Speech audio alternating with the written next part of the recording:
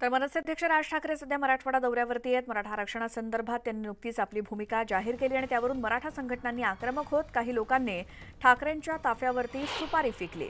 सुरुवातीला हे आंदोलक मराठा असल्याचं सांगितलं जात होतं, पण त्यानंतर हे ठाकरे गटाचे पदाधिकारी असल्याची माहिती समोर आली आहे आणि माध्यमांशी बोलताना उद्धव ठाकरे गटाचे खासदार संजय राऊत यांनी त्यावर प्रतिक्रिया दिली। राज ठाकरेंच्या गाडीवर काही लोकांनी सुपाऱ्या फेकल्या। ते शिवसेनेचे पदाधिकारी असू शकतात, पण त्या आंदोलनाचा पक्ष म्हणून काहीही संबंध नाही, अशी प्रतिक्रिया संजय राऊतांनी दिली।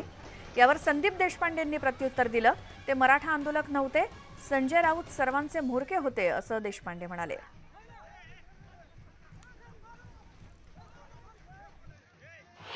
मनसेचे प्रमुख राज ठाकरे यांच्या गाडीवर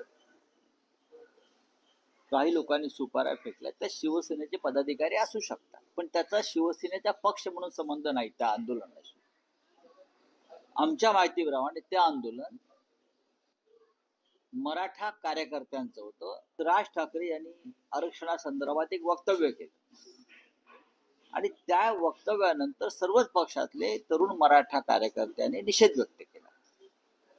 सगळ्यात पक्षात मनसेचेही लोक असू शकतात। हे हिंदू हृदय सम्राट बाळासाहेब ठाकरे यांची विचार मांडणारी ही उभाटा नाहीच आहे। ही उभाटा कोण आहे? तर ही हिजबुल्लाचे विचार मांडणारी उभाटा आहे। ते हिजबुल्लावाले कशी इस्रायलवर थोडासा हल्ला करतात आणि मग घाबरतात आणि मग म्हणतात की आम्ही नव्हतो, आम्ही केलंच नाही। तशा पद्धतीच्या हिजबुल्लाचा आदर्श हा या उभाटाने घेतलेला आहे आणि संजय राऊत त्यांचे म्होरके आहेत। त्यामुळे हिजबुल्लाचा खूप मोठा प्रभाव या उभाटावर पडलेला आहे। तर महाराष्ट्रामध्ये आरक्षणाची गरज नाही या राज ठाकरेंच्या वक्तव्यानंतर त्याचे तीव्र पडसाद उमटतायत। मराठवाडा दौऱ्यावरती असलेल्या राज ठाकरे यांना ठिकठिकाणी मराठा समाजाच्या रोषाला सामोरं जावं लागतंय। दरम्यान राज ठाकरेंना कुणीही अडवू नये, मराठ्यांनी अडवायचं आणि जाब विचारण्याचं ठरवलं तर मुंबईमध्ये जाऊन जाब विचारू शकतो। मुंबईत मराठ्यांची किती ताकद आहे हे दाखवून देऊ, असं मनोज जरांगे पाटील म्हणाले।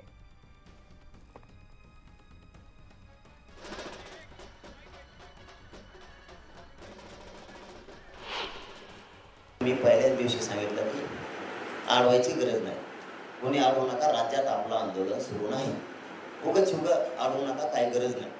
मराठ्यांनी अडवायचं ठरवलं, जाब विचारायचं जर ठरवलं तर मुंबईत जाऊन मराठा यांच्या गचुऱ्या धरून जाब विचारू शकतो, एवढी क्षमता मराठ्याची। आणि ते तुम्हाला दिसेल आता बऱ्याच जणाला मराठ्यांची ताकद कमी झाली का काय, मराठ्यांना पाठिंबा आहे का नाही काय, ते मुंबईत बी जाणार आहेत। आणि तिथे बी ये मला तुला दाखवतो तिथं मुंबईत सुद्धा किती मराठी।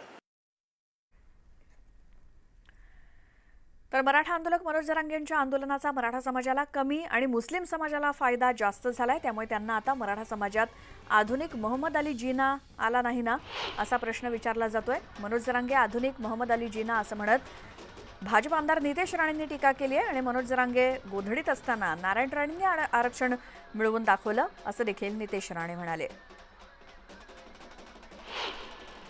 मनोज जरांगेंच्या आंदोलनामुळे मराठा समाजाचा कमी आणि मुस्लिम समाजाचा जास्त फायदा झालेला आहे।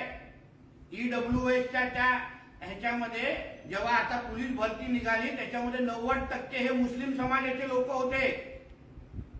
म्हणून आता मराठा समाज आणि महाराष्ट्रामध्ये हा मनोज जरांगे पाटील हा आधुनिक मोहम्मद अली जिन्ना तर नाही ना, असा प्रश्न विचारला जातोय सगळ्यांमध्ये।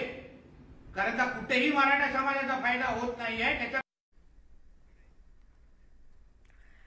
तर महाविकास आघाडीच्या काळात विरोधी नेत्यांना अडकवण्यासाठी आमच्यावरती दबाव टाकण्यात आला होता, असं वक्तव्य परमबीर सिंग यांनी केलं। त्याबद्दल आता देवेंद्र फडणवीसांनी प्रतिक्रिया दिली। तर परमबीर सिंग जे बोलले ते खरं आहे। माझ्या अटकेसाठी महाविकास आघाडीनं काही अधिकाऱ्यांना सुपारी दिली होती आणि आम्ही त्याचा पर्दाफाश करू शकतो, असं वक्तव्य देवेंद्र फडणवीसांनी केलं। तर माझ्या अटकेसाठी 4 वेळा प्रयत्न झाले होते, पण यांना काही मिळालं नाही। त्यांचे व्हिडिओ पुरावे सीबीआयला दिले। आजही आमच्याकडे अनेक व्हिडिओ पुरावे आहेत, असं उपमुख्यमंत्री देवेंद्र फडणवीस म्हणाले। की त्यांनी मला अटक करण्याच्या संदर्भात आणि भाजपच्या नेत्यांना अटक करण्याच्या संदर्भात जे काही वक्तव्य केलेलं आहे ते पूर्णपणे सत्य आहे। याचा सगळा प्रयत्न झाला। त्यांनी तर एकच इन्सिडेंट सांगितलं, असे 4 इन्सिडेंसेस आहेत की ज्याच्यामध्ये खोट्या केसेस करून मला कशी अटक करता येईल याचं षडयंत्र झालं। परंतु हे सगळे षडयंत्र त्यावेळी आम्ही त्याचा पर्दाफाश करू शकलो।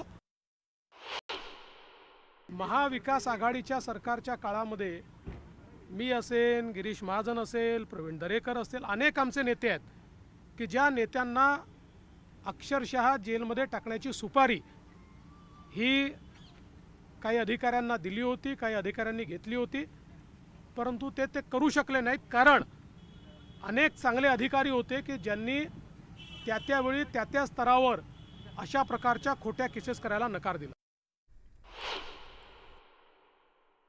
मुंबई का टारगेट, बाकी राज्य से उनका जो क्या टारगेट था वो भी अभी सामने नहीं आया, और कितने लोगों पे किस प्रकार का इन्होंने एक्सटॉर्शन किया, अत्याचार किया, अभी तो 10-20% ही सामने आया है. पूरे इनकी जो मैल प्रैक्टिस थी वो तो अभी तक सामने नहीं आई हैं मुझे लगता है. लेकिन अब थोड़े ऑफिसर्स जो सफ़र हुए, जिनसे बहुत से लोगों से पैसा भी लिया गया फिर भी काम नहीं किया गया, वो बोलने लगे हैं. और अच्छी बात है, अगर इस प्रकार के लोग और भी सामने आएंगे तो पिक्चर अवश्य सामने आ जाएगी, पूरी पिक्चर क्या थी.